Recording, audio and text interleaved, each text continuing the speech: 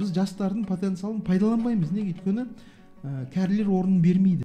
Мұхтар Әуезов айтады, қазақтардың даму жолы үрдісі жапондықтардың даму жол үрдісіне ұқсас. Енді сен мысалы дені сау адам мен бас демейтін адамның әрекетін салыстырып отырсыз да қазір, дұрыс па? Бас жоқ адамның әрекеті ғой.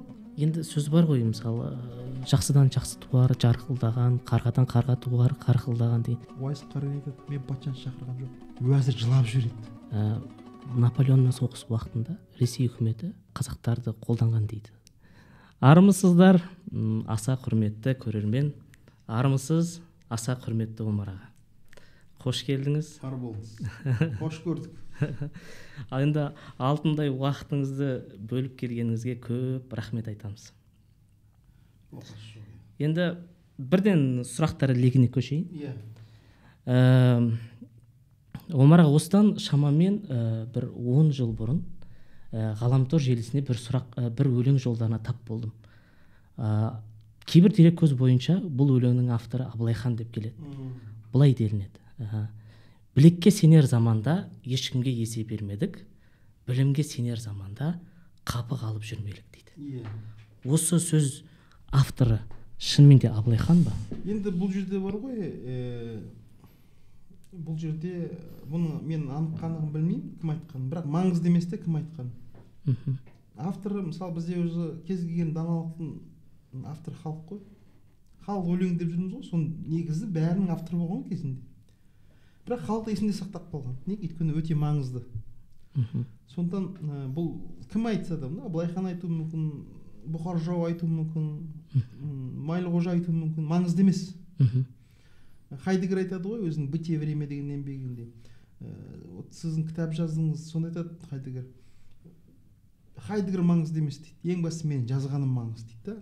Ол жазғаным менен бөлек автономды өмір сүреді дейді. Ол тіпті менен бөлек өмір сүріп жатыр дейді. Сонда мына автор мен текст деген тақырып бар ғой, постмодернизмде. Текст уже адамнан бөлек өмір сүре бастайды екен, мәтін. Сонда бұл жерде керемет айтылған да ой. Кім айтса да, мынау Абайдың айтып отырғаны жаңа ғылым таппай мақтанба деп отыр ғой. Жалпы мынау қазақтың жалпы орысқа отар болуының басты себебі цивилизациялық жеңіліс қой. Жаңа білекті көшпелі қазақты білімді орыс жеңіп отыр ғой. Дұрыс айтып отыр. 100% дұрыс.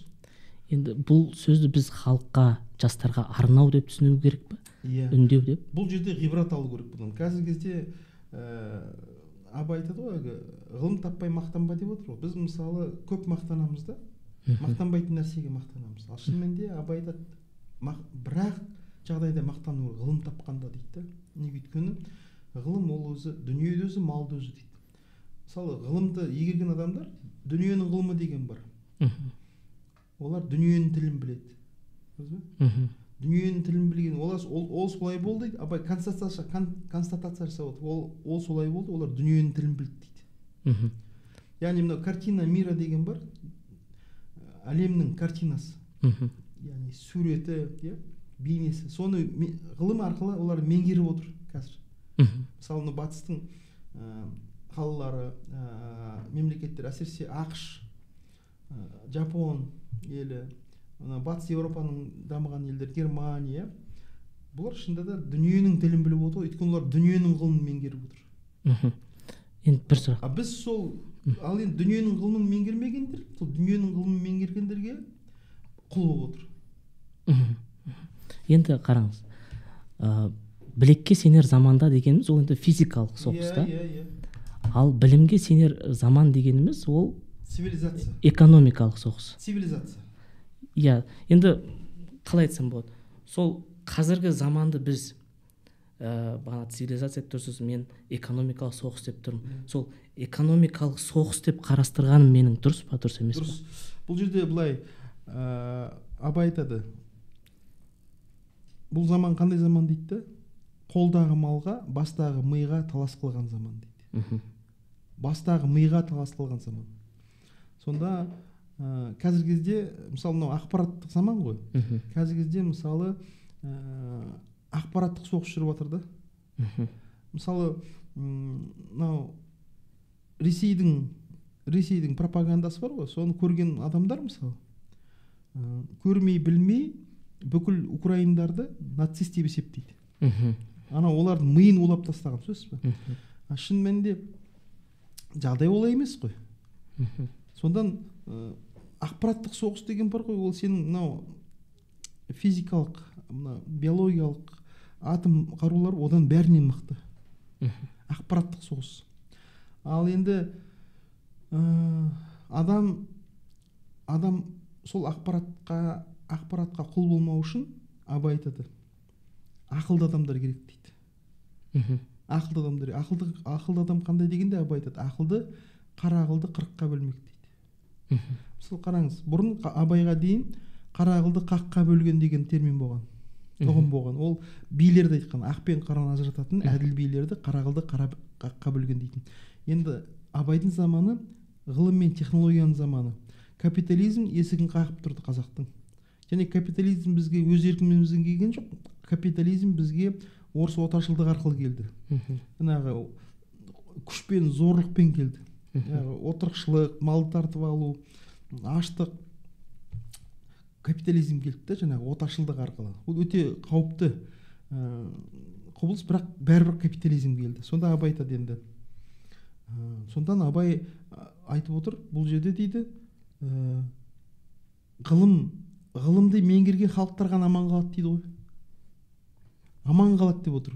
Өйткені орыс дүниенің тілін білді, ол солай болды.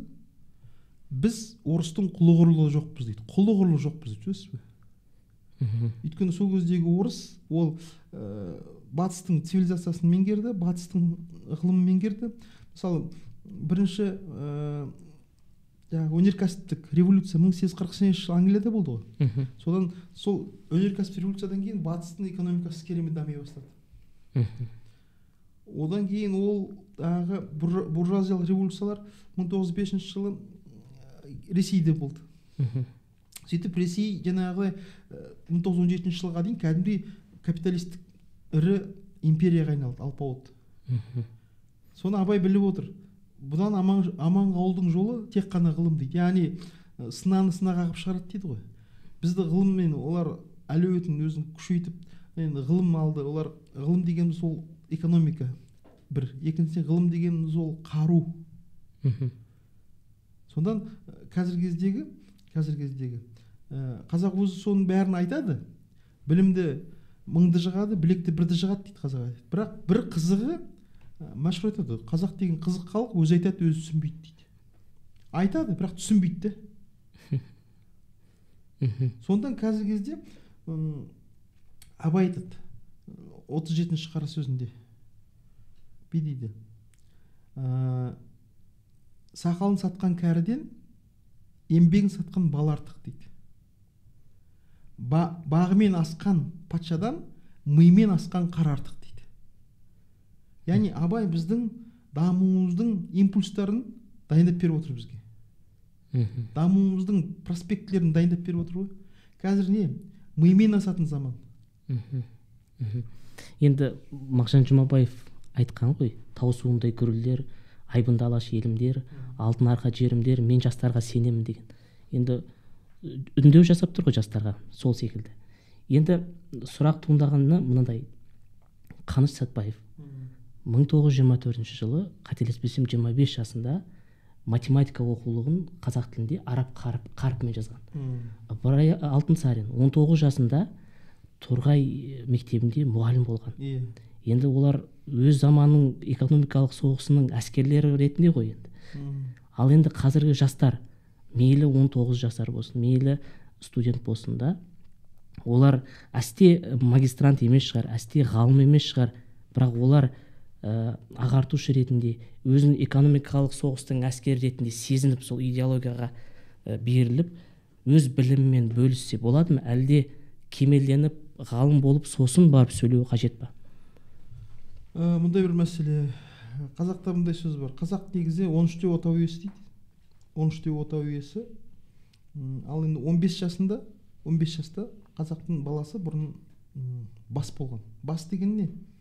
Жауапкершілікті мойнына алуға дайын болған. Бас, осыдан кейін басшы деген сөз шығады. яғни елді басқаруға дайын болған 15 жасында. Сонда қазақ айтады, Шал ақынның өлеңінде келеді, Оразының баласы 15-інде баспындер, Жиырлының баласы 25-те жаспындер дейді. Енді қазақ неге ерте сейді? Өйткені біз айтамыз ғой, әлеуметтік лифт дейміз ғой қазіргі кезде. Жаңағы баланы көтеру, тез социумға кіріктіру, қоғамның жүгін оған арту деген мәселе. Әлеуметтік лифт дей ме қазіргі кезде? Термин бар сондай. Қазақта өте мықты болған. Сонда қазақта айтады, аға деген ұғым бар. Аға деген ұғым ол біз брат деп жүрміз ғой аға дегенді. Ал неге аға дегеніміз ол елдің басшысы мағынаны береді екен. Аға. Сонда қазақ айтады, тон жағасыз болмайды, ел ағасыз болмайды дейді. Сонда қазақтан мақал бар дейді, Абай айтады. Абай де келтіреді. Қой асығы демеңіз, қолайыңа жақса сақа қой. Қолай деген мынау қолдың мынау алақан бар ғой, соның мынау аясын қолай дейді екен. Біз мысалы шиіріп көреміз. Мысалы сақа тағайындайсыз ғой, жаңағы кенейлердің ішінен сақа басшысы. Сол қой асығы демеңіз, қолайыңа жақса сақа қой. Яғни қой деген назнач деген сөз. Тағайындау. Жасы кіші демеңіз, ақылы аса аға қой дейді. Міне сонда қазақ бұрын қазақта сондай демократиялық, жаңағы әскери демократиялық көшпелі қоғам болған. Жастардың ел жүгін көтеруіне бүкіл жағдай жасалған. Неге? Олар кімдеген өзінің жаңағы ақылы, интеллектісімен, ақылмен, парасатымен көзге түссе, олар бала би, елді басқаруға араласқан. Яғни сондай бір адамгершілік қоғам болған қазақта. Оны Шәкәрім айтады, адамшылықтың алды артқаға жол беру дейді. Артқаға жол беру. Яғни ұрпақ алмасу мәселесі. Соны қазақ өзі айтып отыр ғой. Жас келсе іске, кәрі келсе асқа дейді. Яғни жастарды, мысалы біз жастардың потенциалын пайдаланбаймыз. Неге? Өйткені кәрілер орнын бермейді. Бұл бір рухани кесел.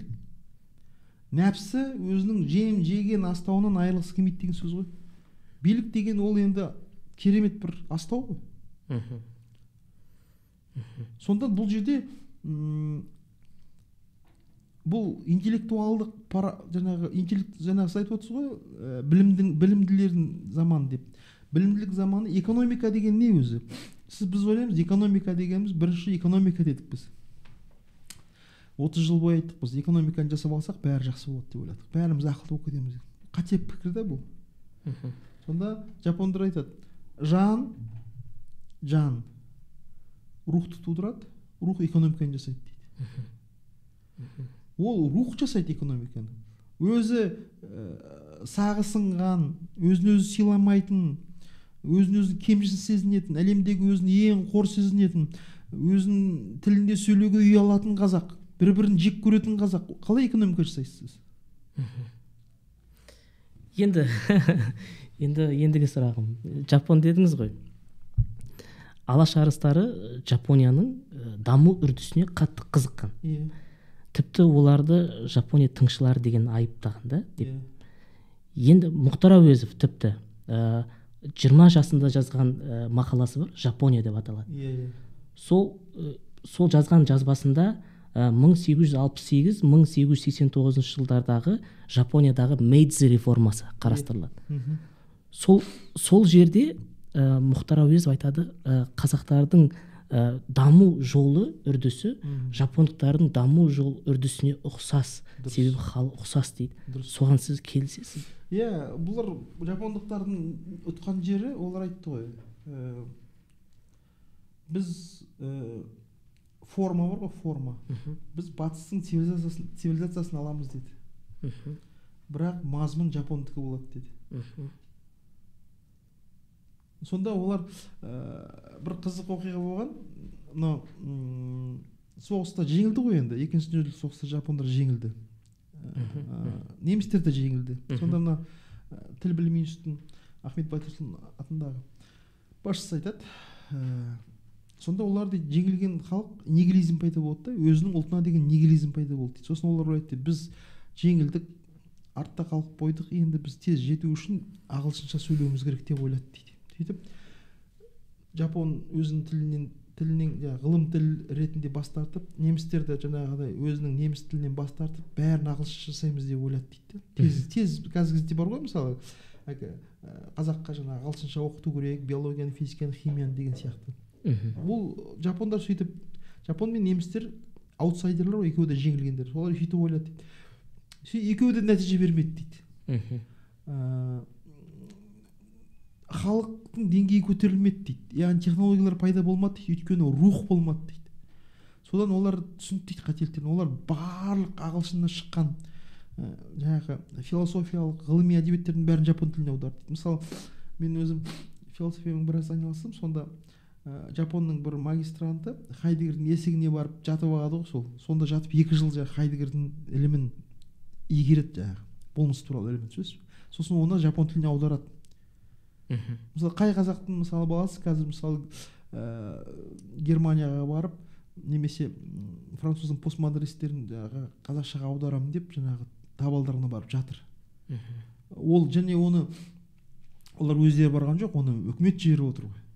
Үкімет сонда кейіннен дейді, сол бүкіл батыстың жеткен жетістігін жапон тіліне аударып, соны жапонша ойлай бастаған кезде жапонның қазіргі ғылыми техникалық прогресс сонда дүниеге келді дейді. Өйткені немістер де сөйтті дейді. Барлығын неміс тіліне аударған кезде ғана қазіргі немістің жаңағы Еуропадағы, Евросоюздағы ең мықты, ең әлеуетті неміс қой.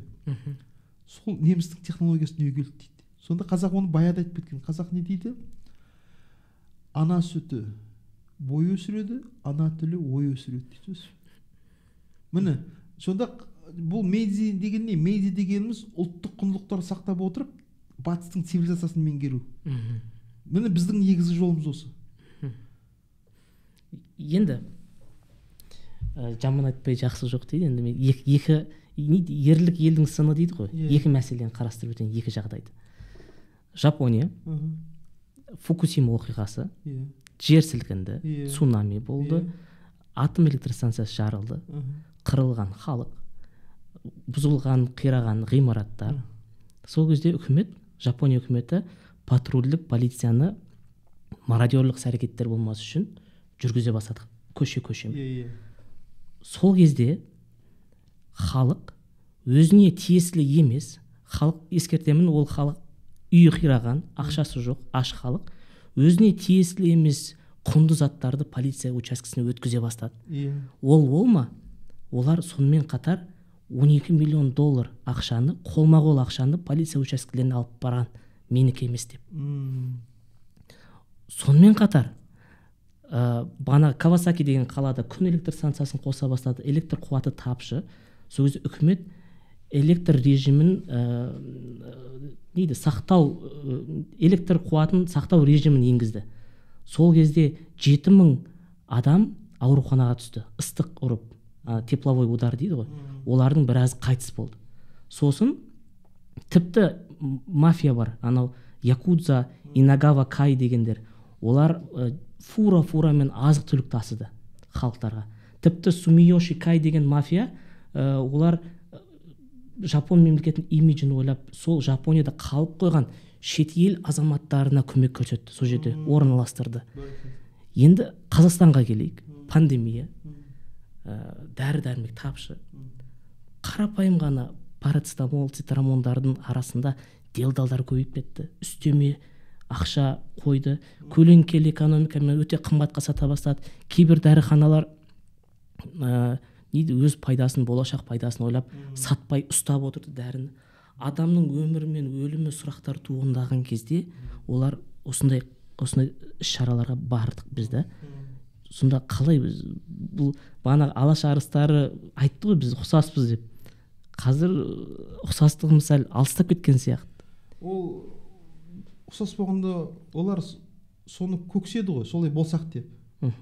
Бірақ оны олардың олар мұратына жетпеді алаштықтар. Бірақ көрсетіп кетті, солай болу керек деп. Олар жете алмады, көрдіңіз бе? Енді негізі бағыты дұрыс. Біз түбінде ұлттық демократиялық мемлекетке келеміз. Бағытымыз дұрыс. жаңағы біздің жаңағы қазақ алаш қайраткерлерінің негізі көксеген арман мақсаты дұрыс, өте дұрыс. Біз ұлттық демократиялық мемлекетке келеміз. Енді бұл жерде мәселе неде енді? Мынау елді бағу деген ұғым бар.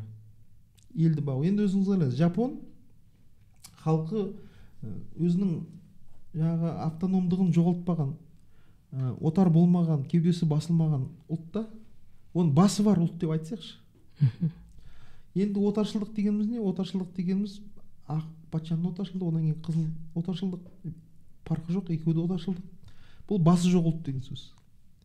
Енді сен мысалы дені сау адам мен бас демейтін адамның әрекетін салыстырып отырсыз да қазір. Сөз бе? Басы жоқ адамның әрекеті ғой. Енді қайтсек бас пайда болады бізге. Қайтсек. Оны мына бір күшті сөз бар, бағу деген, бағу. Мысалы Абай бірінші қара сөзінде, Абай негізі сенген ғой басында. Мысалы Шоқанды сенген, Шоқан ойлаған, мен мысалы Екатеринаның кезінде болды ғой, просвещенный правитель, білімді басқарушы, сол еліме пайда тигізем деді ғой Шоқан. Аға сұлтандыққа өзін ұсынды, бірақ өтпей қалды. Кім? Абай 17 жыл болыс болды, елді басқарды.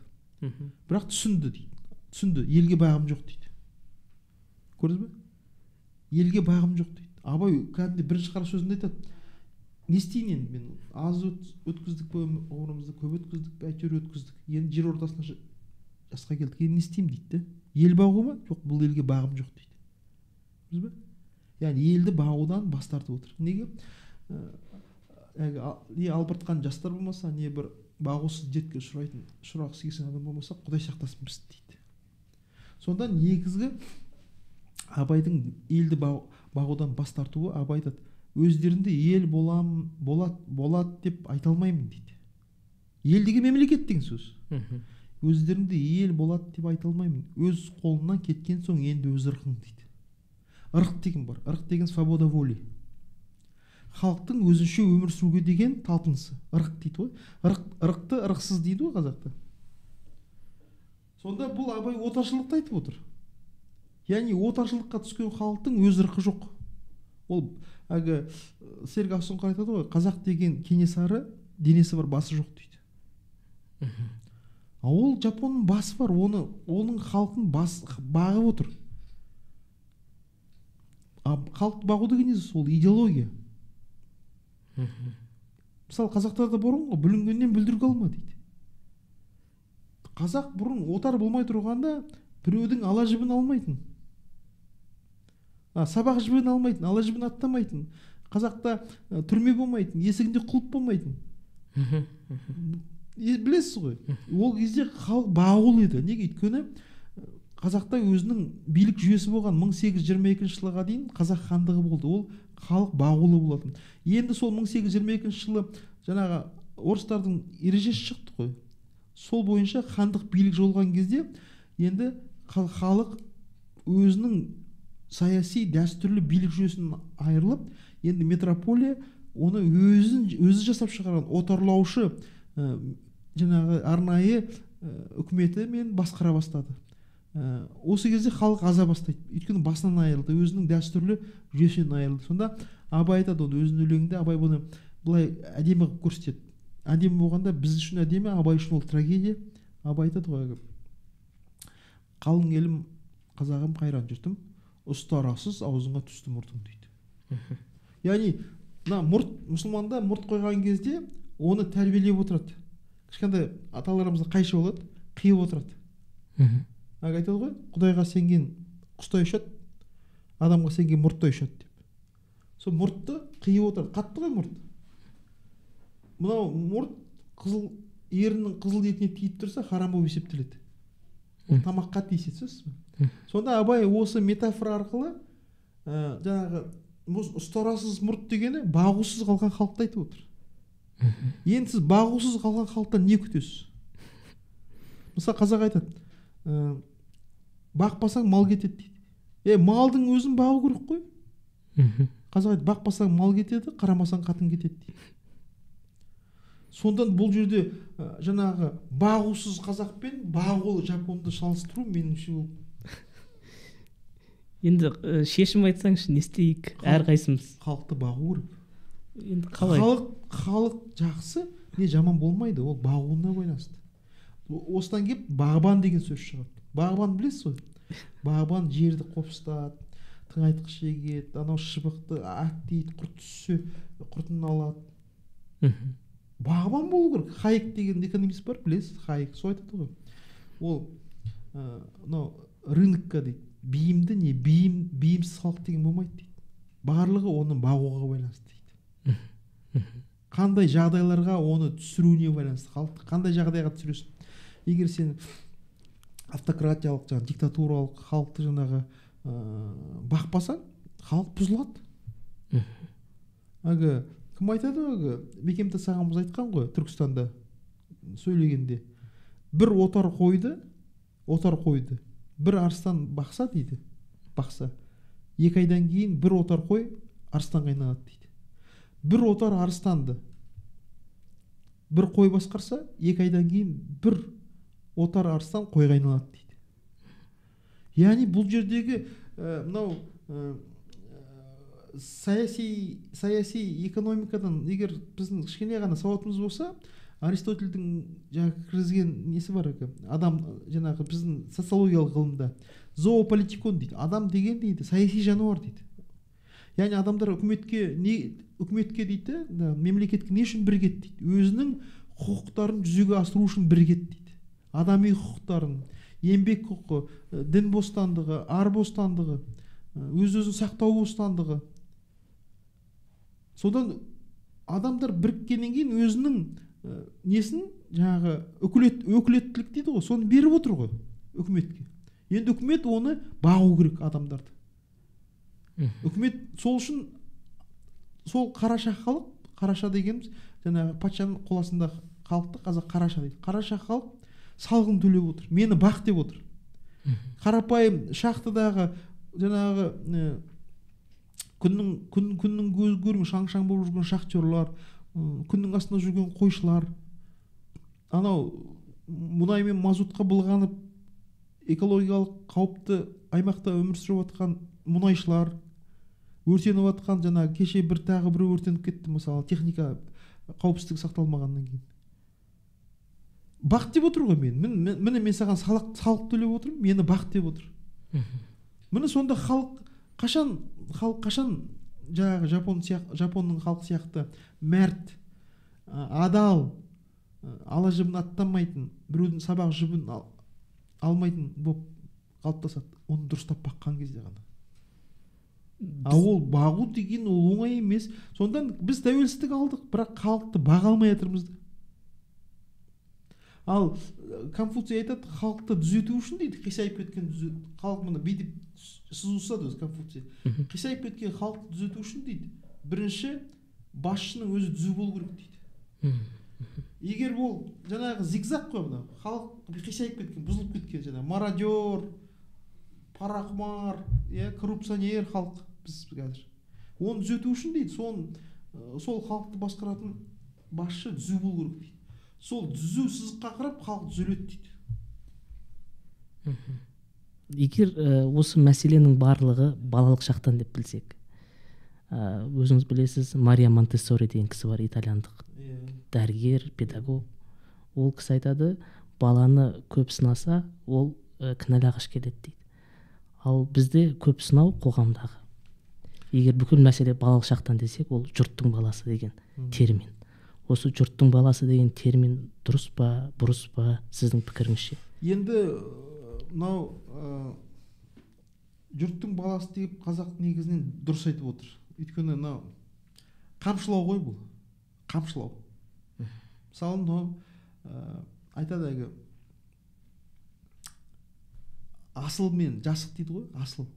Асыл дегеніміз қайтпайтын металды қазақ асыл дейді. Мысалы болат бар ғой, асыл да ол. Сосын жасық дегеніміз өте жұмсақ металл. Майырылып қалатын, қайрасаң кетіліп қалатын. Сол қазақ айтады, асыл мен жасықты айыра білу керек дейді. Сонда қазақ айтады, асыл адам дейді, яғни мықты рухани, асыл деген рух қой, рухы мықты адам дейді, қайраған сайын дейді ашыла береді дейді. Жасық дейді қайраған сайын кетіле береді дейді. Сондан бала егер асыл болса, баланы асыл қылып тусаң, жұрттың баласы деген кезде ол оған кәдімгідей қамшы да, мысалы бәйге шабасыз ғой, бәйге шапқан кезде шын жүйріктер алдына не салдырмайды екен ғой, алдына қара салдырмайды екен, делебесі қозып кәдімгідей өлуі бар, бірақ бір шоп келеді екен, шын тұлпарлар. Сонда жұрттың баласынан озу керек, оны позитивті түрде қалдыру керек. Ол сен ата-анаң ол саған жаңағы жаман ойлап отқан жоқ қой, сені ол қанаттандырып отыр, қамшылап отыр. Енді тағы мынандай пікір бар. Айтады, енді қазақта сөз бар ғой, болымсыз өзі бола алмайды, болғанды көре алмайды деген. Енді ол көремаушылық емес шығар енді. Бағанағы жұрттың баласы дегеніміз. Ол енді қызғаныш деп білейік. Енді қазақта сөз бар, мен өзім естуім бар.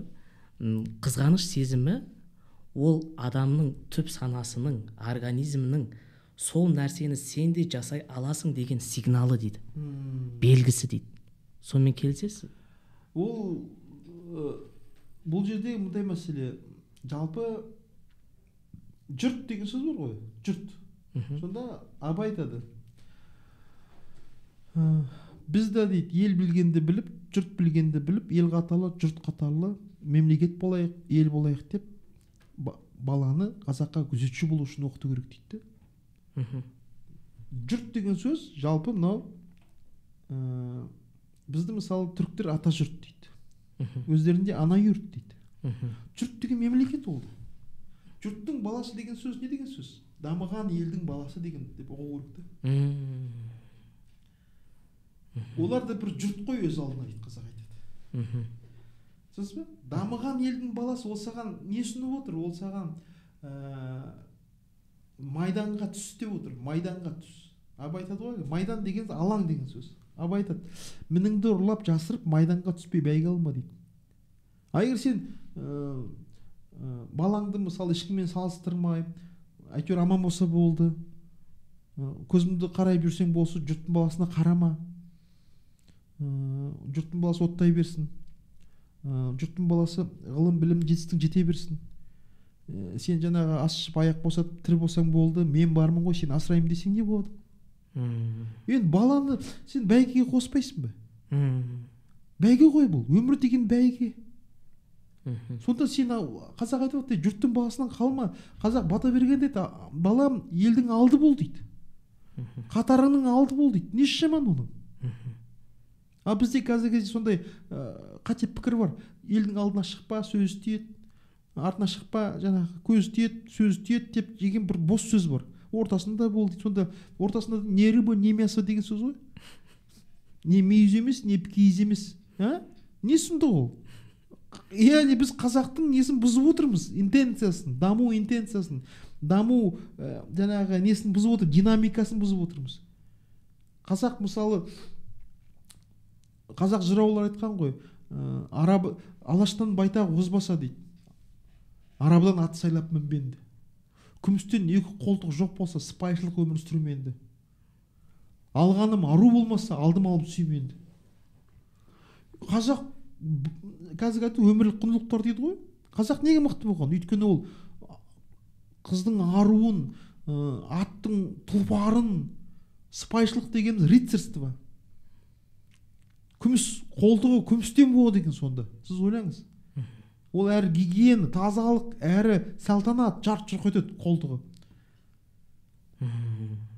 Сонда айтады ғой қазіргі кезде, мына жизнь, өмірлік стандарттар мықты болу керек дейді. Сен жақсы өмір сүру үшін өмірлік стандарттар мықты. Біз соны бұздық қой.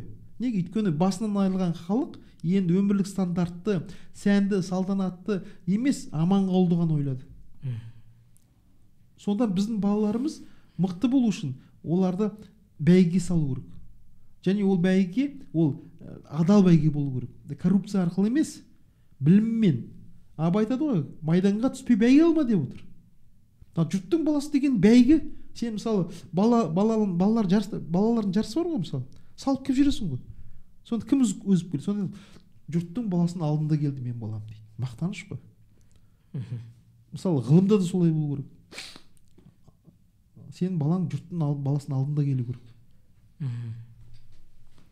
Содан да бағана бір ойды айтпай кеттім мен. Балалар неге бізде қазіргі кезде әлеуметке кіре алмай жатыр? Әлеуметке кіре алмай жатыр. Яғни әлеуметтік лифт неге нашар бізде, де? Ол бірінші оның несін атап кеттім, жаңағыдай бағымы жоқ елдің нәпсі өсіп кетеді. Нәпсі өсіп кеткен адам дүниеге көзі тоймайды. Яғни орын бермейді ешқашан. Ұрпақ мәселесінен гөрі өзінің қара басын көп ойлап кетеді. Абай айтады оны. Ондай шалдың трагедиясын Абай айтып отыр ғой. Бай-байшыл тартып баға жоқ, жастарға жаппас жала жоқ, жат қораны күзеткен қартаң шалда сана жоқ дейді. Санасыз шалдарды айтып отыр. Өзінің ақиретін күзетудің орнына осы дүниеге көзі тоймай, жастарға орын бермей, анау қазақтың қоғамын тежеп отқан шалдарды айтып отыр. Санасыз дейді олар. Сонда енді неге қазақтың баласы 15-інде бас болды? Өйткені оларды баулыған. Мысалы, мына тазылар бар ғой, тазыларды баулайды. Шырға салады. Күшік кезінен бастап мойны қатпай тұрып, құрықтың ұшына түлкінің құйрығын байлап, атқа мініп алып, шырға салады. Үйретеді ананы. Түлкі 66 айлалы ғой, құйрығымен алдай. Сол үйренбес үшін бүкіл айлы әдіс амалдарды үйретеді тазыны. Шырға сал дейді оны. Мойны қатпай тұр. Мойны қатып кеткеннен кейін тазыны баулай алмайсың. Мойны қатып кеткен тазы түлкі құйрығын бұлт еткенде өтіп кетеді. Құлайды омақаса барып. Қыранда балапанын баулайды. Бір тебет неден? Ұядан. Содан мықты қыранның балапандары талпынып ұшып кетеді. Енді құлап бара жатқандар қағып кетеді. Сөйтіп анау әбден ұшып үйренгенше баулайды қыран балапанын, түсінесіз бе? Біз балаларымызды бауламаймыз ғой. Сен кішкентайсың әлі. Бұл үлкендердің әңгімесі араласпа. Біз оларды өмірден алыс ұстаймыз. Біз бармыз ғой. Сонда қазақта сөз бар. Сөйлей көсем болады. Көре көсем болады. Сөйлей шешен болады. Баулыған соң батыр болады дейді. Баулыған соң батыр болады дейді. Мысалы, Абай 13 жасында Құнанбай қайтарып алды. Ахмет Риза медресесін бітіргеннен кейін Абай ары қарай оқимын деді. Абай сол медресенің соңғы курсында жүріп 4 айлық жаңағы церковно-приходская школаны бітірді. Орысша болды, бар білімі сол орысшадан. Ары қарай оқығысы келді Абай. Өйткені мына жердің бәрі жанып тұр. Көкірегі ашық, кеудесі ояу, ғылымның дәмін татқан Абай оқығысы келеді кәдімгідей. Бәлкім Петербург па, сол жақ жаңағыдай ғылым жалғастырғысы келген. Сонда Құнанбай жоқ, қайт дейді. Қайт. 13 жастағы бала сонда қайт дейді. Неге дейді? Құнанбай аға сұлтан, менің дейді, ол кезде елді басқару деген оңай емес қой. Анау жиреншелер, анау байсалдар, бәрі азулы билер жаңағыдай. От шайнап жалын бүріккен жаңағыдай. Соларға Абайды жібереді. Сонда Құнанбай айтады, маған көмекші керек дейді. Үйге менің айтқанымды жеткізіп, дұрыс жауап әкелетін менің қасымда адам жоқ дейді ғой. Сөйтіп Абайды баулайды. Абайдың Абай болғаны, Құнанбай оны балапан құстай баулып, анау шешендер қалай сөйлейді? Астарлы сөйлейді. Жаңағы от ауызды, орақ тілді ғой олардың бәрі. Олар біз сияқты барып кел, істеп кел деп айтпайды, олар астарлап сөйлейді. Сол Абайды баулығаннан кейін Абай болды ғой, ол елді таныды. Ол елге 13 жасынан бастап елге араласты. Шында айтып отқан Абай өйткені Ораздының баласы еді. Оразды деген элитный ата-ананың баласы. Ол 15-інде бас болды. Сондан біз қазір жастарды баулуымыз керек. Ақылы асса, жас деп қарамауымыз керек. Оны аға қою керек. Яғни мемлекет басына қою керек. Оларға сеніп тапсыру керек. Ал біз қазір жастарды бұзып жатырмыз ғой. Мысалы, қазір жыл бір жігіт айтады, мен ойладым дейді, енді көпке топырақ шашпаймыз, бірақ мынау қазір кездегі билік басына келіп жатқан жастар айтады, мен ойладым дейді, жастар келгеннен кейін жағдай түзелетін шығар деп. Қайдағы дейді, одан сайын дейді, түсінесіз бе? Анау кәрілерден де жауыз, кәрілерден де жемқор жастар бар дейді. Неге? Өйткені Абай айтады, ол жастардың кінәсі емес дейді, соған үйреткен дейді, ана үлкендердің кінәсі дейді. Абай айтады, өзіңдей ит болсын деп азғыр дейді. Өзі ит адам, өзінің жаңағы жастарды, соны ерген жастар ит қылып тәрбиелейді. Ит деген нәпсі деген сөз. Сондықтан ол жастар кінәлі емес оған. Оны біз кінәліміз, үлкендер кінәліміз. Сонда кім айтады ғой, Махамбет? Арқаның қызыл изені, басы күрдек түбі арал, қыдырып шалар аруана. Қариясы кімнің жоқ болса, жастары болар диуана.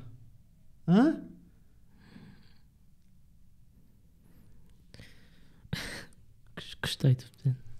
Енді тектілік деген бар ғой, сол тектілік мәселесін түсіндіріп бересіз, ол қалай түсінуге болады?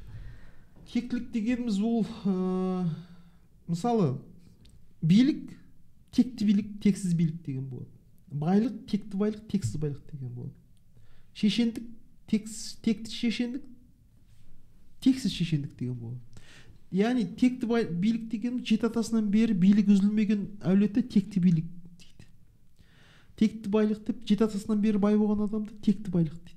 Ол өзінің, олар жаңағыдай жеті атасынан бері билік басындағы адам ел басқарудың мәдениетін меңгерген адамдар. Оның киесі мен қадірін білетін адамдар. Байлар да солай. Бай болудың мәдениетін меңгергендер. Мәдениет қой бай болуды. Шешен болудың мәдениетін меңгергендер. Сонда Үмбетей Жырау айтады ғой, хан болмаған хан болса дейді, яғни тексіз болса, хан болмаған хан болса, қанамаған ел қоймас. Бай болмаған бай болса, жайланбаған сай қоймас. Би болмаған би болса, яғни айтылмаған сөз қоймас дейді. Енді сөз бар ғой, мысалы, жақсыдан жақсы туар, жарқылдаған, қарғадан қарға туар, қарқылдаған деген. Енді жаманнан да жақсы тууы мүмкін ғой. Тууы мүмкін, бірақ оны Бұқар Жырау би деп айтады. Таудан аққан тас бұлақ, тасса құяр теңізге, қанша малды болса да бай қуанар егізге. Жақсыдан жаман туса, жаманнан жақсы туса, тартпай қоймас негізге дейді. Бәрі негізін тартып кетеді деп отыр. Баяда бір оңбаған патша болып, мінезі жаман дейді. Оңбаған болған сондай, мінез өте жаман болған ғой. Алдына келген тістеп, артына келген тебеді екен. Бірақ жеті атасынан бері хан. Соны бір биге айтады дейді. Сен алтын кесенің сынық едің, асылдың сідік едің. Мінезінен дәметпеймін, сүйегінен дәметемін деп айтты дейді. Сонда қазақта сөз бар. Су сүзілмейді, сүйек үзілмейді дейді. Тектілік үзілмейді екен. Енді жарайды. Бағанағы сұрақ мынандай мәселе туындап тұр. Ерсін Тұрсынханұлы деген медицина ғылымдарының докторы бар. Сол кісінің мақаласы бар.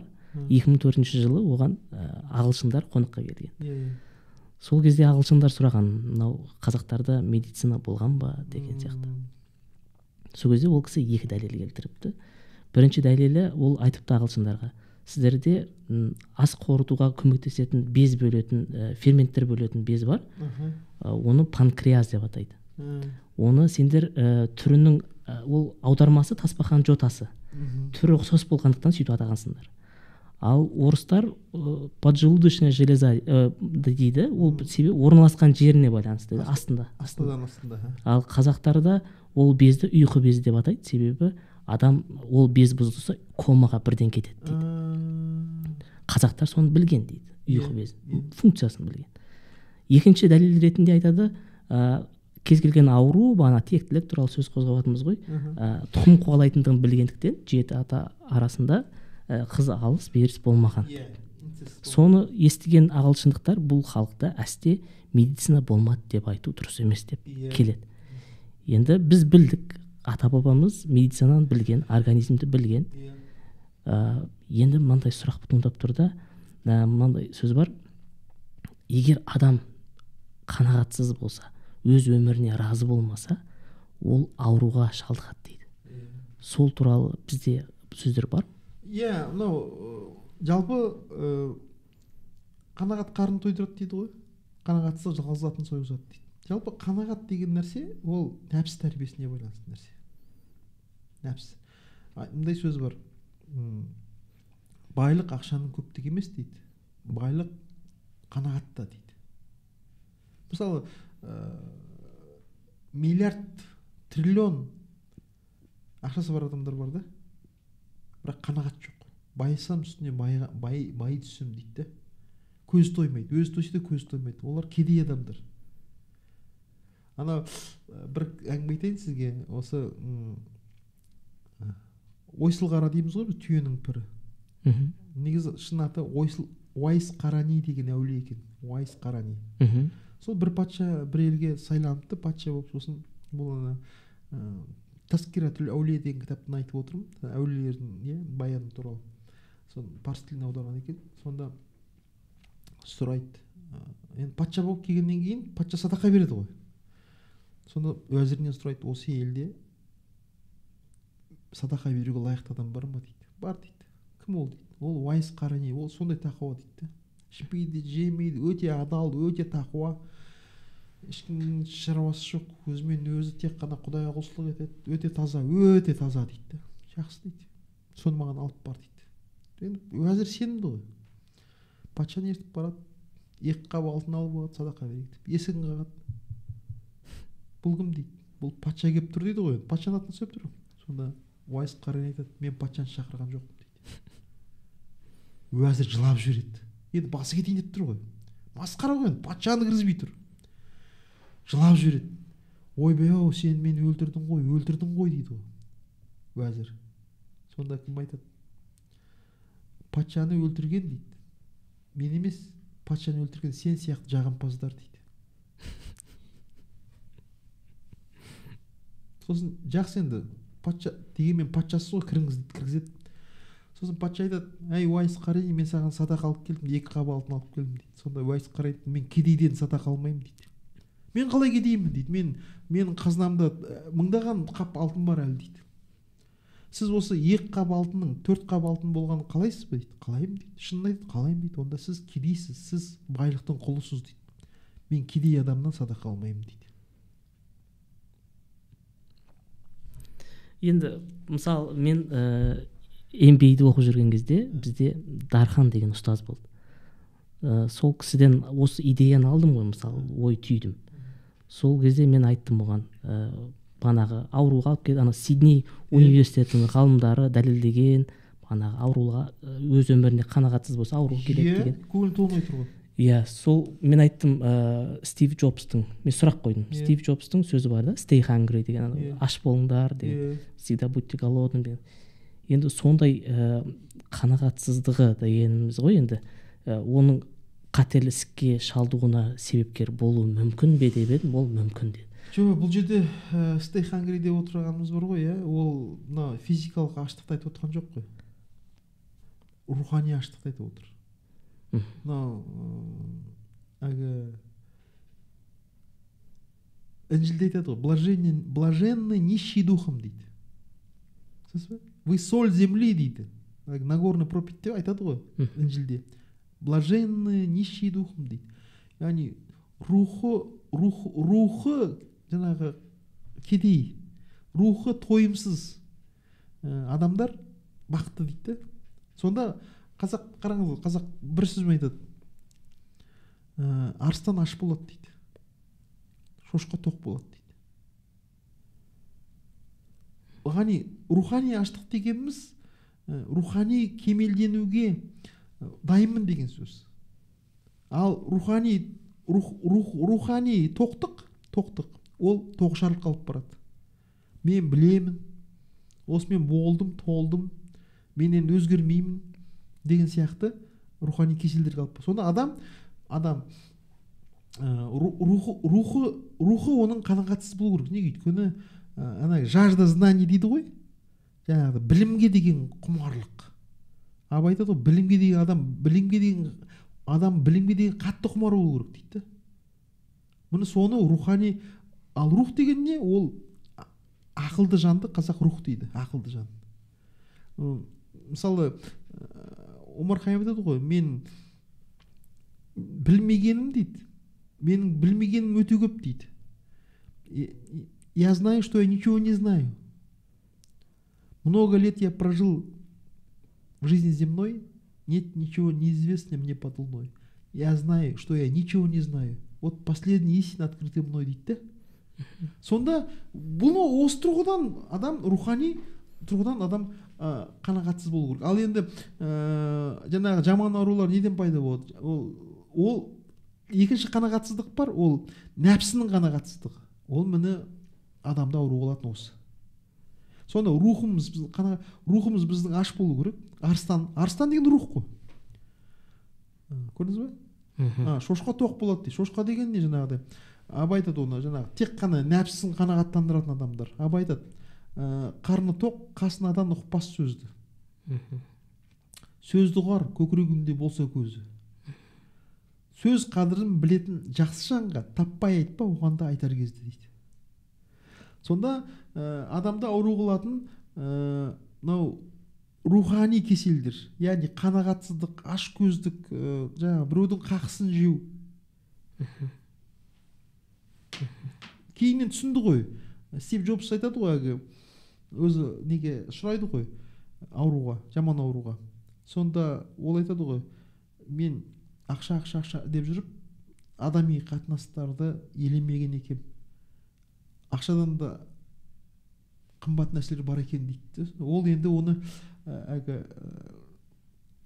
ат сүрінбей жер танымас, ер сүрінбей ел танымас дейді. Сүрініп кеткен адамның сөзі да, бірақ бізге ғибрат болу керек. Адам, мысалы, көңілі тоқ адам ол ауырмайды. Неге қазақ айтады не қайғысыз, яғни көңілі тоқ адам қайғысыз қара суға семіреді дейді. Ал мысалы сонша бай, бірақ көңілі тоқ емес. Неге? Өйткені қанағатсыз. Ол енді байлықтың бір жағынан динамикасы да соған келеді екен. Бұқар айтады, қанша малды болса да бай қуанар егізге. Қуанып тұр, бірақ ол жақсы. Егер бай қуанбаса, қойының егіз тапқан ол бай емес. Байдың негізгі сипаты сол болу керек. Байлық ол өсіп өту керек үнемі. Бірақ соған қарамастан адамда рухани нелер бар, шкалалар бар, рухани бір өз-өзін ұстайтын рухани бір тежеуіштер бар, оны қанағат ынсап дейді.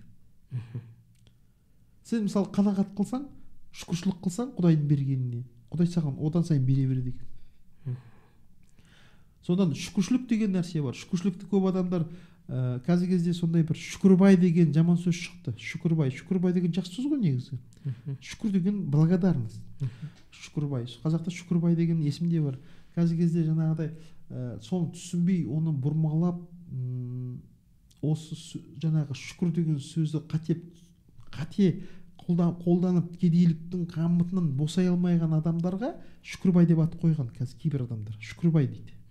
Неге? Яғни үрерге иті жоқ, қазақша айтқан сарыға биті жоқ. Кедей дастарханда жаңағыдай недегі жартып, не қызылға жарымайтын, ет дейді қызыл, не аққа жарымайтын, бірақ соған қарамай шүкір дейтін адамды қазақ ұнатпай отыр. Қазір қазақ дұрыс айтып отыр. Шүкіршілік деген негізінен ол істеріңді істеп, есел еңбек етіп, Құдайдың бергеніне шүкіршілік қылу керек. Ол харекет арқылы. Өйткені айтып отыр ғой, шүкір қылсаң, мына сөзді қараңызшы, өзі шығып тұр жауабы. Шүкір қылсаң маған, тағы берем саған дейді. Яғни беру туралы. Алла саған берді ма мысалы? Саған денсаулық берді. Шүкір қыл. Денсаулық не үшін берді? Мал табу үшін берді. Енді малды қалай табамыз дегенде, сол қуатты орнымен жұмсайтын ғылым берді. Шүкіршілік қыл, рахмет айт Құдайға. Ғылымды меңгер. Сол ғылымды оқығанда түсінетін ақыл берді. Соған шүкіршілік қыл. Ақыл, Құдай тағала мені ақыл бергеніңе шүкір. Сонда Құдай саған бере береді. Сонда сен дейді, Құдайдың толқынына түсесің дейді. Құдай деген энергия. Айналып жатқан энергия. Сен сол энергияның поток, яғни толқынына түссең, сен бай боласың, бақуатты боласың. және қанағатшыл, ынсапшыл, және байлық деген ол Құдай тағала саған не үшін берген? Саған жақсылық жасау үшін берген. Өйткені Құдай тағала бай, бірақ ол жақсылық жасаушы, ол рақымды, ол жомарт. Біз ойлаймыз байлық дегеніміз жаңағыдай ешкімге бермеу деп. Оны қазақ сасықпай дейді. Яғни Құдайды түсінбеген, Құдайды танымаған адам. Енді бағанағы рухани аштық туралы сөз қозғадық, бағанағы қанағат туралы сөз қозғадық. Сол кезде 21 ғасырдың індеті бар ғой, артық салмақтың болуы. Сонда сөз бар, семіздік ол орындалмай қалған адамның армандары үшін өзінің организмнің өзінен кек алуы дейді. Сол туралы бар ма? Пікір бар ма? Енді семіздіктің енді нелер көп. Семіздіктің нелер көп, себептер көп. Стресстен болады. Мысалы, кейбір адамдар үнемі мысалы жаңағы стрессте жүрген адамдар семіріп кетеді. Стресс дейді ғой. Стресс болған кезде ол былай екен қысқасы. Семіздік дегенне ана ішкен жеген бойыңа сіңбеу. Яғни метаболизм процесінің тежелуі. Сондан артық тамақ ішу, тамақ ішіп отырып телефон қарау, тамақ ішіп отырып телевизор қарау. Үнемі ұрыс керіс үстіндегі адам семіріп кетеді мысалы. Өте көп семіздіктің себептері. Бірақ жаңағыдай негізгі оның емін кім айтып отыр? Бөлтірік шешен. Орта құрсақ жүру керек дейді. Сонда айтады ғой. Негізі ақылды адам тамақты аз ішу керек. Неге Шәкәрім айтады ғой. Ақылсыз адамның тамағы көп болады дейді. Ынсапсыз хайуаннан кем болмайды дейді. Хайуанда ынсап жоқ қой. Сонда кім айтады? Бөлтірік шешен. Артық шу тамақты, негіз бәрі артық шуден негізінен. Егер сіз мысалы тамақты аз тарта ішсеңіз, тартып, онда проблема болмайды негізінен. Сол артық шуден ғой барлығы. Онда бөлтірік шешен айтып отыр. Бөлтірік Әлменұлы. Артық шу тамақты ақылсыздан шыққаныз. Ақшасыз берсе аңғарып, қарныңа өлшеп іш. Ауру болар түбінде артық ішкен асыңыз, орта құрсақ жүрсеңіз, аман болар басыңыз. Ашылып кетсе араның, аурудың түбі ас болар. Ақыл жетпей кейбіреу ақылдыға қас болар дейді. Сондан жалпы жаңағы пайғамбарымыз айтқан қарынды үшке бөлу керек. Бір бөлігі су, бір бөлігі тамақ, бір бөлігі ауа дей ме? Міне осыны біз ұстанбаймыз ғой. Өйткені біз жаңағы нәпсімізді тәрбиелей алмай отырмыз да. Негізі ақыл, нәпсіні ақыл ынсап дейді ғой. Ынсап деген нәрсе бар өзі. Мысалы, тамақ ішпей тағы тұра алмайсың. Ішу керек. Бірақ талапқа 6 түрлі ноқта тақтық, соның ішінде ең ынсап әділ дейді Шәкәрім. Ол не артық қылмайды, не кем қылмайды, орынсыз қасте қозғалмайды дейді. Осы ынсап түбі береке дейді ғой қазақ. Қазақ айтады, қатты жерге қақ тұрар, ынсапты ерге бақ тұрар дейді. Сонда Төрегелді Шарманов ағамыз айтады ғой, тамақтану институтының ректоры. Культура это прежде всего культура питания. Яғни мәдениет дегеніміз ол тамақтана білу мәдениеті дейді. Сондан қазақ айтады ғой, ауру астан, семіздік те ауру ғой. Ауру астан, дау қарындастан дейді. Меніңше өзім ойлаймын, ол бәрі де ақылға байланысты. Өйткені ақылы бар адам стресске ұшырамайды. Неге? Өйткені ақылы бар адам, мысалы қараңыз, сізді біреу ұрып кетті дейді, мысалы, Құдай бетін аулақ қылсын, бірақ Эпиктет деген стоик болған, ненің ежелгі Римде стоиктер. Стоя деген храмның айналасында қыдырып жүргеннен олар стоик деп ат қойған ғой. Сонда Эпиктетке біреуге айтады дейді, сіз білесіз, мен бүгін ұрып кетті ғой деп біреу. Сонда айтады дейді, рахмет айт, өлтіріп кетпеген еді. Сөз бе? Яғни ақылды адам кез келген ситуациядан өзіне пайда алады. Ол стресске түспейді. Егер сені біреу алдап кетсе, ол адам кінәлі. Біз айтамыз, оңбаған иттің баласы алдап кетті. Ол кінәлі емес. Сен кінәлісің. Неге? Сен неге оны алдауға мүмкіндік бердің? Неге оның сені алдауына мүмкіндік бердің? Сол қазақ айтады, өзің бекем бол, көршіңді ұры тұтпа дейді. Сонда ақылды адам ақылды адам. Ал ақылды адам деген кім дегенде қазіргі кездегі идеальный адам, идеалды адам. Абай бағана айтты ғой, ақылды қара қылды 40-қа бөлмек. Сіз ойлаңыз, мына қылды лазермен де бөле алмайсыз сен оны. Сонда біздің жаңағы парасат дейді оны. Парасат. Ол жүректегі ақылды қазақ парасат дейді. Фарисот оны. Тонкий проникающий ум деп аударылады екен. Яғни өте нәзік, бәрін көктеп өтетін, айыра алатын ақылды қазақ парасат дейді. Фарисот дейді. Сонда Абай айтады, ақылды қара ақылды 40-қа бөлмек. Сіз ойлаңыз, мынау заман қалай күрделеніп кетті. Бұрын мысалы Абайға дейін қара ақылды 40-қа бөлу деген ғана ұғым болған. Өйткені заман өте неде күрделі емес еді. Анық, жауың да анық, досың да анық. Иә? Бәрі анық еді. Жаңағы цивилизация дендеп кірмеген капитализм, технологиялар әлі дамымаған. Қазіргі кезде мысалы технологияның түр-түрі бар жаңағы. Саяси технология деген бар қазір. Иә, адамды алдаудың, арбаудың, манипуляция жасаудың, адамды клондаудың, адамды гипноздаудың неше түрлі, 1000 түрлі несі бар да, тәсілі бар. Енді осының бәрін қалай айырамыз біз? Қайсы шын, қайсы өтірік? Сол кезде Абай айтады, оған ақыл керек дейді. Ақылды кім деген Абай айтады? Ақылды қара ақылды 40-қа бөлмек, әр нәрсеге өзіндей баға бермек. Таразы да, қазы да өз бойында. Наданның сүйенгені көппен дүрмек дейді. Біз қазір ақылды адамдарды тәрбиелеп шығаруымыз керек. Мынау шетелде жұмыс жасап жүргендіктен көп байқайтын құбылыс ұлттық идентичность. Өзіңнің кім екендігіне көп сұрақ туындайды. Мысалы, Шәкәрім Құдайбердіұлының өлеңі бар, ол көңіл деген, 1919 жылы жазған, 61 жасында. Айтады, келдім қайдан, барам қайда, не қылғаным болар пайда, қалам ба мола боп сайда деген сияқты. Сол кезде нақты бір жауап ала алмай тұрмыз да, дефиниция, біз кімбіз? Сіз өзіңіз жеке тұлға ретінде осы сұраққа қалай жауап беретін едіңіз? Ол былай, Шәкәрімнің айтып отырған былай, шынды білмек болсаң егер де, шын деген сөз бар. Біз мысалы, сіз қазір осы менімен мысалы шетелден келіп подкаст түсіріп жатсыз, иә? Мысалы, сіз жүре беруіңіз болып жатыр мысалы, айранды тұрттап, қойыңызды құрттап, ақшаңыз бар, жағдайыңыз бар. Не керек мысалы сізге? Өйткені сіздің жаныңыз шындықты білгісі келіп отыр. Неге? Өйткені біздің жанымыз, Шәкәрім айтады, шындықтан жаратылған дейді. Ол шыннан жаратылған.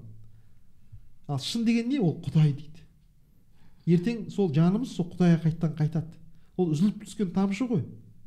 Ертең сол тамшы үнемі өзінің шыққан жерін аңсайды дейді.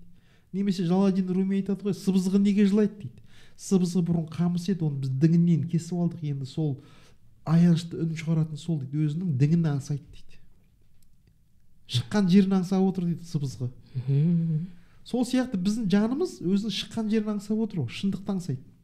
Сонда Шәкәрім айтады, біз мысалы үнемі айтамыз ғой, шынымен айтып отырсың ба? Шыныңды айтшы, шын доссың ба сен? Біз үнемі шын деген сөзді алға тартамыз. Осы шын бекен дейміз. Күмәнданамыз, шын бекен. Неге бізде жанымызда сонда бітпейтін бір шындыққа деген құмарлық бар? Неге? Өйткені жан өзі шындықтан жаратылған. Оның стихиясы шындық жанның. Біз шындықты білген кезде ғана жанымыз жай табады. Сонда шындық үшін күресеміз. Шындық үшін кейде біз өзіміздің басымызды қатерге тігеміз, ойланбастан. Сонда Шәкәрім айтады, шыннан өзге Құдай жоқ дейді. Көрдіңіз бе? Дефиниция қайдан бастады? Біз Құдай деген нәрсені әлі түсінбейміз. Құдай деген ол шындық. Шын. Сонда біз мұсылманбыз деп айтамыз ғой, бірақ ақты ақ демесең, қараны қара демесең, сен қай жерің мұсылман? Яғни сен айыра алмасаң ақ пен қараны, шынды шын дей алмасаң, жалғанды жалған дей алмасаң. Сонда Шәкәрім түсіндіріп отыр. Шыннан өзге Құдай жоқ дейді. Анық Құдай шын Құдай. Ұқпай қалма, алаң болып, шын болмаса кім Құдай дейді. Сонда Құдай деген шын екен. Сонда сен Құдайға жақын келе ме? Үнем шындықтың жағдайында болу керек, шындықтың жағында болу керек сен. Жаңағы залымдарға қарсы шығуың керек. Мазлумдарға жаның ашуың керек. Сонда айтады ғой, ол әділет қой, әділет. Я, әділет дегеніміз не? Өзіңе тілемегенді өзгеге тілемеу. Сонда Абай айтады ғой, мархамат пен әділет, мархамат деген жақсылық жасау. мархамат пен әділет көп азығы, көптің азығы. Мына біздің қоғамның азығы әділет. Адамдар неге қазір ашулы? Өйткені әділет жоқ. Сонда мархамат пен әділет көп азығы. Қайда жүрсең болып бақ, соған көмек. Сонда Шәкәрім айтады, шынды білмек, енді шын Құдайды білгің келіп отыр ғой. Сен жаның Құдайды білгің. Мысалы қазіргі кезде сен мысалы сұрақтар қойып отырсың, қайдан келіп жатыр осы ой? Қалай ойлайсың? Қайдан келіп жатыр? Түп санадан. Білмейсіз. Шәкәрім айтады, ойды қайдан алғанын адам өзі білмейді дейді. Білмейді, рас па? Жанның айдап салғанын сезбесе де іздейді дейді. Сіздің жаныңыз айдап салып отырды сізді. Жан ол ақылды жан ғой, әуелден ақылды жан. Соны рух дейді, ақылды жанды. Қазір мысалы сіз егер сіз мысалы нәпсіңіз өсіп кетсе, нәпсіңіз күшті болса, сіз мысалы сізге шындық керек жоқ, сіз мысалы жаңағыдай тағы айтылып айтам, материалдық нәрсеге қанағат қылып жүре бересіз. Материалдық нәрсеге місе тұтып жүре бересіз. Өйткені сіз жаныңызды іздемейсіз. Ал қоғам қашан мықты қоғамға айналады? Қашан адамның жаны үстемдікке шығып, тәнін бағындырып, өзіне жұмыс еткен қоғам мықты болады. Енді сол Құдай танығың келеді дейді. Сонда Шәкәрім айтады, шынды білмек болсаң егер, шынды біл, яғни Құдайды білгің келсе дейді, ең әуелі жанды біл дейді. Ең керекті 3 сұрақпен жан құлағын бұрап қой. Келдім қайдан? Жоқ едім, қайдан келдім? Қайтсем пайдам? Яғни менің жанымның осы өмірге келгендегі пайдасы не? Қандай пайда алады жаным менің? Не үшін келген? Оның мақсұты не? Және өлгеннен соң не болам дейді. Жан деген мен, ақыл айнам, жоғала ма, сол шынақ дейді. Міне сонда адамдар неге дамымайды? Өйткені өздерін танымайды. Өйткені бұрынғы машһүр айтады, осы ойды бекітеді машһүр. Бұрын қазақ қариялар бір адамға ренжігенде айтатын дейді, ол жаман өзін танымайды деп. Сонда біз қазір жанымызды, Құдай танығың келе ме, жаныңды таны. Неге? Өйткені жаның сұрап тұр ғой, мысалы сенің.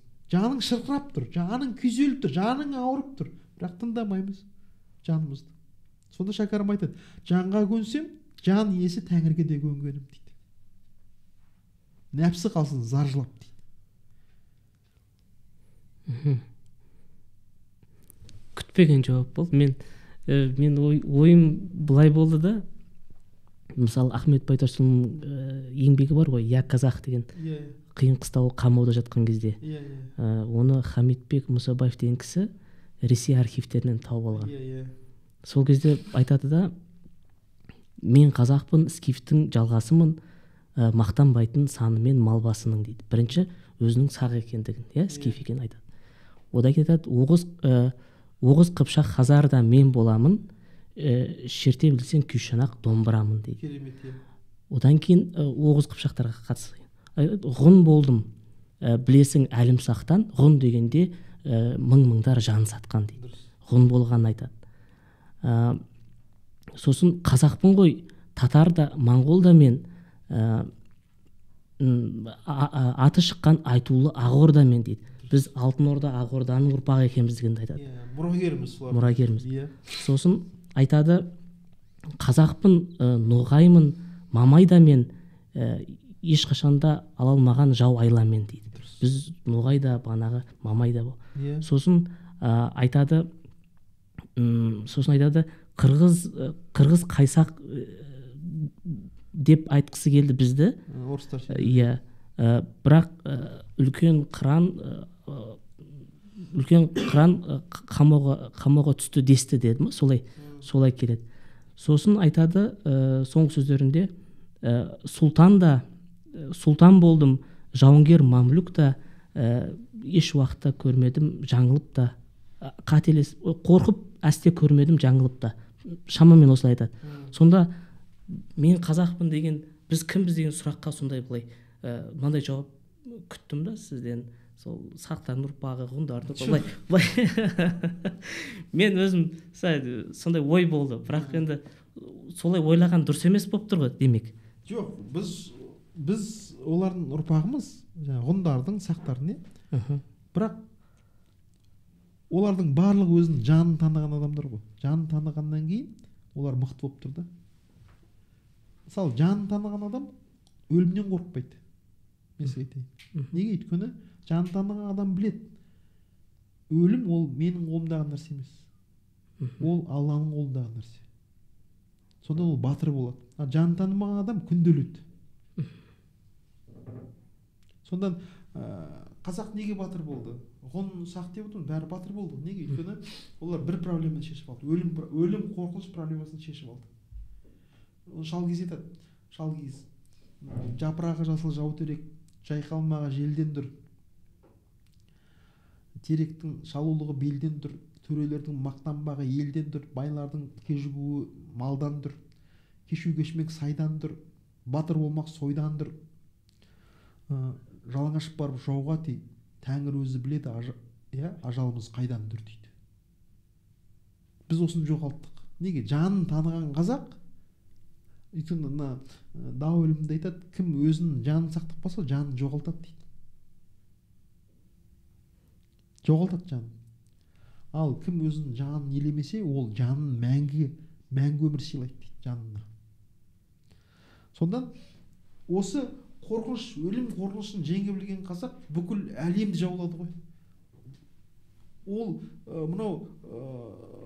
Ол енді түсініп келді де 19 ғасырда жұмыс істемей қалды. Неге? Өйткені технология пайда болып кетті. Бұрын мысалы тең жағдайда қылыш пен найзамен қиласқан заманда бұл жұмыс істеп тұрды. Ал енді сен сонда бірақ орыстар таң қалды ғой. Зеңбірекпен қаруланған орыс әскеріне қазақ жалаңаш найза бір қылышпен шапқанда орыстар таң қалды. Не деген бұл көзсіз ерлік? Сөйтсе, ол қазақты батыр қылып тұрған оның несі екен ғой? Дүние танымы, өзін тануы. Өлім менің қолымда емес. Қалай адамның осыны түсінген кезде адамның бүкіл қабілеті ашылып кетеді екен. Енді қазір қазақ осыны жаңағы өлім менің қолымда емес, яғни жанкештілік дейді ғой бұны. Жанкештілікті ғылымға салу керек қой. Өйткені білекке салатын заман өтіп кетті қазір. Қазір бізге осы жаңа Шәкәрім айтады. Жігітшілікте жанынан кеште іс қыл дейді. Іс қыл деген ғылыммен айналыс деп отыр. Жігітшілікте жас кезінде, қуатты кезінде, кемелдеген кезінде, жігітшілікте жанынан кеште іс қыл, өлсең өлесің, өлмесең адам болып шығасың дейді. Сол рас өтірігін білмеймін, бірақ айтады, сенгім келеді осы нәрсеге. Наполеонмен соғыс уақытында Ресей үкіметі қазақтарды қолданған дейді. Зеңбірекке атпен шапқан. Сол туралы естуіңіз бар? Енді жалпы мынау француздар жалпы өздері осы әлеуметтік желіде жазып жатыр ғой. Француздар Францияны алдады ғой енді.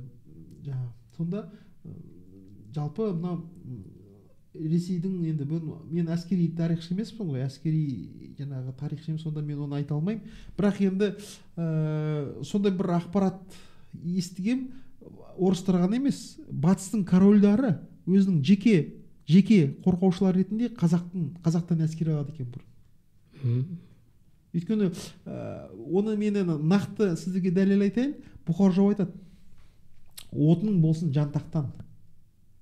Жантақ деген. Отының болсын жантақтан, қосының болсын қазақтан. Қосын деген әскер. Қосын болсын қазақтан дейді. Сонда қазақ негізінен әскер өнеріне жетік болған. Және оның жаңағыдай шеберлігі, оның неде? Өйткені айтып отырмын ғой, ментальді дүниелер шешіп алғанда, жаңағыдай өлім қорқынышын шешіп алған адам бесстрашный, жау жүрек, батыр болып кетеді екен. Өлім қорқынышы шешкен адамның қабілеті ашылып кетеді. Өйткені өлім қорқынышы адамның аяқ қолын тұсайды екен. Самурайлар, бір самурай 25 адамға төтеп береді дейді, біз аңыз қыламыз. Самурайлар неге? Өйткені самурайлардың арманы ұрыс даласында домен дейді ғой, домен. Қожайынның қорғап өлу оларға ұлы арман екен ғой. Олар ұрысқа өлем деп ұмтылады екен. Сонда біз самурайлар ол жапон қоғамының бір ғана бөлігі, кастасы, бөлігі. Ал қазақтың еңбек деген баласынан еңкейген кәрісіне дейін осындай дүниетанымда өмір сүрген бұрын. Сонда Ақтанберді айтады ғой, менің бар арманым дейді, батырларша соғыста өлмедім дейді, жамандарша пештің жанында өліп бара жатырмын дейді да. Өзінің жаңағы бір өлеңде айтады, балаларға өсиет дегенде. Менің бар арманым соғыста өлмедім дейді. Сіз ойлаңыз сонда. А қазіргі кезде мысалы біздің қазақ сөйтіп ойлай ма? Менің арманым мынау білім майданында өлу. Соғыс майданында өліп кетсем арманым жоқ, осы білім майданында елім үшін, жерім үшін дейтін бар ма бізде?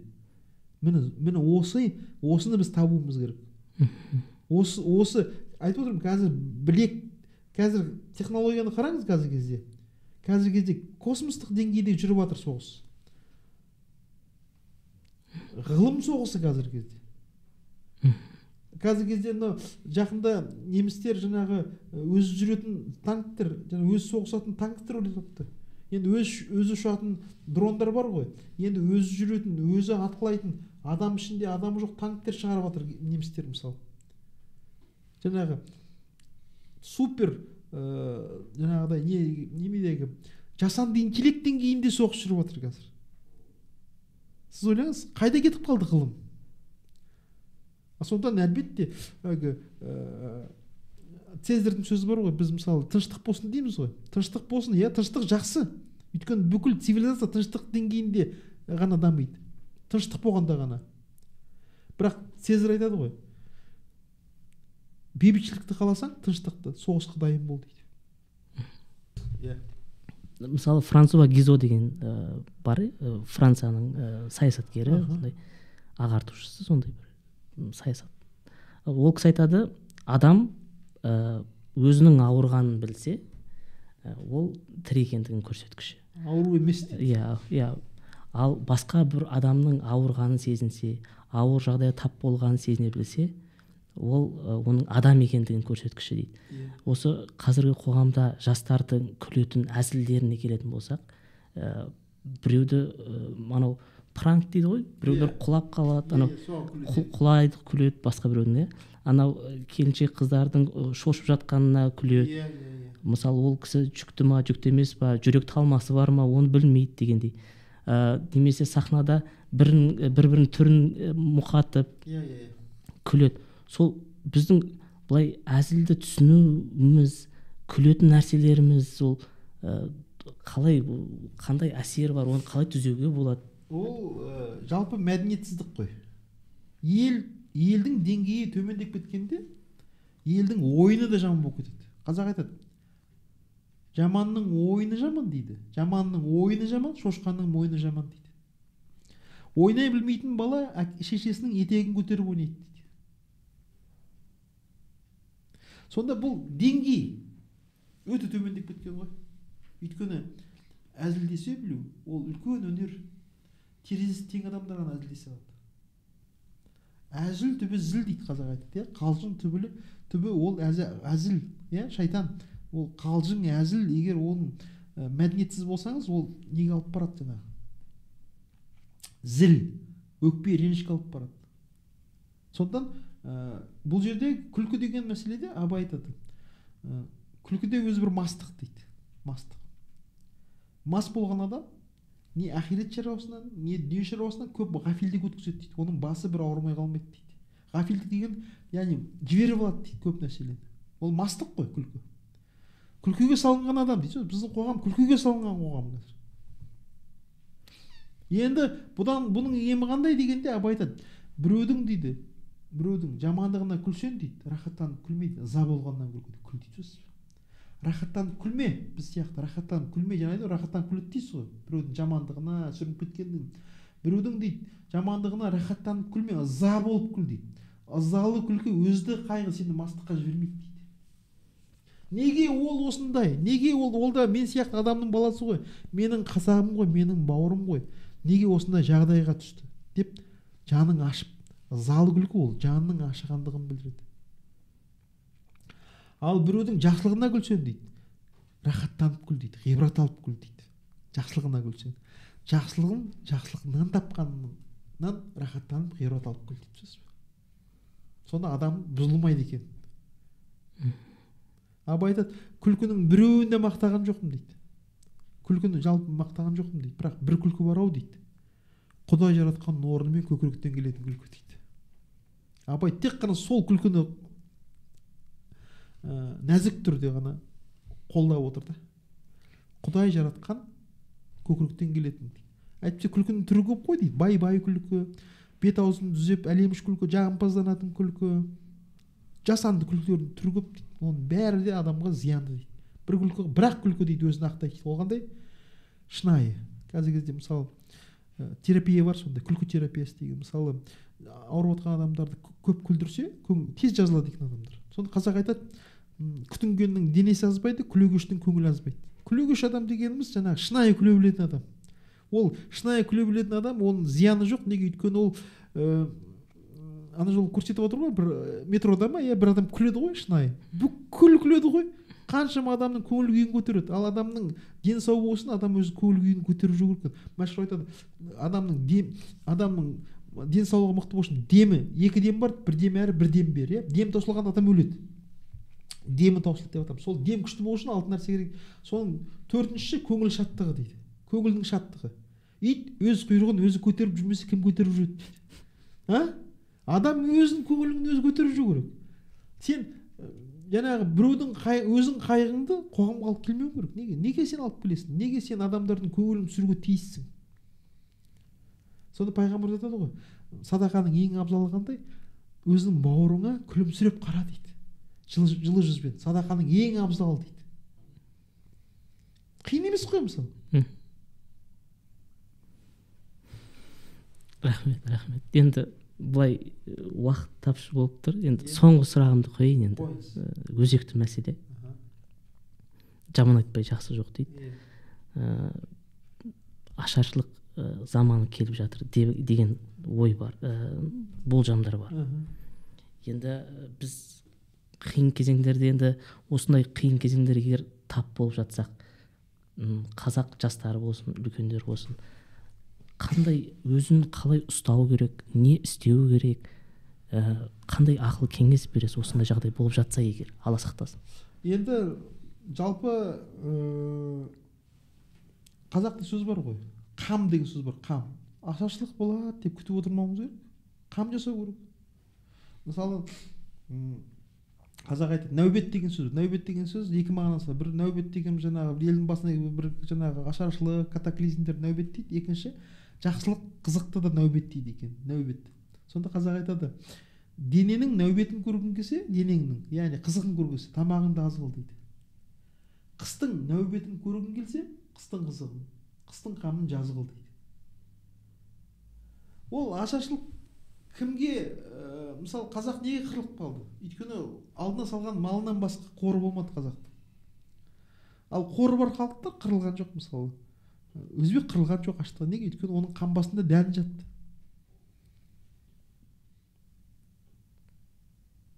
Сонда Абай айтады ғой, қуанбаңдар жастыққа. Жалпы жастарға қуануға болмайды, білесіз бе? Біз айтады, қуаныңдар дейміз ғой. Қуаныш ол ғафилдікке алып келеді. Жастықтың өзі қуаныш. Ол өзі қуаныш, түсінесіз бе? Жас болудың өзі қуаныш қой. А біз оның үстіне одан сайын май құямыз. Қуаныңдар дейміз, шаттаныңдар. Яғни оларды есірік қылып жүріп жатырмыз біз. Қазақ айтады, Абай айтады, ескереді, қуанбаңдар жастыққа, иелеріме күлкі мастыққа. Мастық қой ол. Жас адам өзі мас адам. Ал мас адам ол ғафил көп өткізеді дейді басынан. Сонда Абай ескертіп отыр. Қуанбаңдар жастыққа, иелеріме күлкі мастыққа, көзің қаден жетеді достықпенен қастыққа. Құрбыңның жақсы дегенің сөз екен деп апшықпа. Адалдан тапқан тиынды салда сақта қапшыққа. Сыпайы жүрде шара ойла, даңғойланып қаптықпа. Қолдағынды қорқап бақ, мал арзан деп аптықпа дейді. Арсыз құмар болғандар опыр-топыр шақшыққа, түспей жүрме көрдің бе жалаң-жұлаң тақтыққа дейді. Міне, ел болудың Абай жолын айтып отыр. Қор жинаңдар деп отыр. Жалпы мен өзім ойлаймын, мынау Қазақстан бар ғой, осыншама байлықтың үстінде отырып аштық болады дегенге мен сенбеймін. Аштық болса болады, білесіз неден? Біздің ниетіміздің бұзылғаннан болады аштық. Пейіліміздің бұзылғаннан болады. Әйтпесе өзіңіз ойлаңыз, Мехико деген қала 25 миллион халық тұрады, Шанхайда 25 миллион халық тұрады, Москвада 20 миллион халық тұрады, Стамбулда 20 миллион халық тұрады. Иә? Енді бүкіл асты-үсті қазынаға толы жерін түгін тартсан май шығатын қазақ жерінде, иә? Өспейтін егін жоқ, өспейтін алма жоқ. Сол 20 миллионға жетпейтін халықты асыра алмай отырмыз ғой. Неге? Өйткені ниетіміз дұрыс емес, түсінесіз бе? Қазақ айтады, малымды алсаң ал Құдай, ниетімді алма дейді. Егер біздің ниетіміз түзелсе, біздің қазақтың байларының ниеті түзелсе бар ғой, иә? Қазақстанды асырау, Қазақстанды аштыққа ұрындырмау деген бар ғой. Түк емес қой.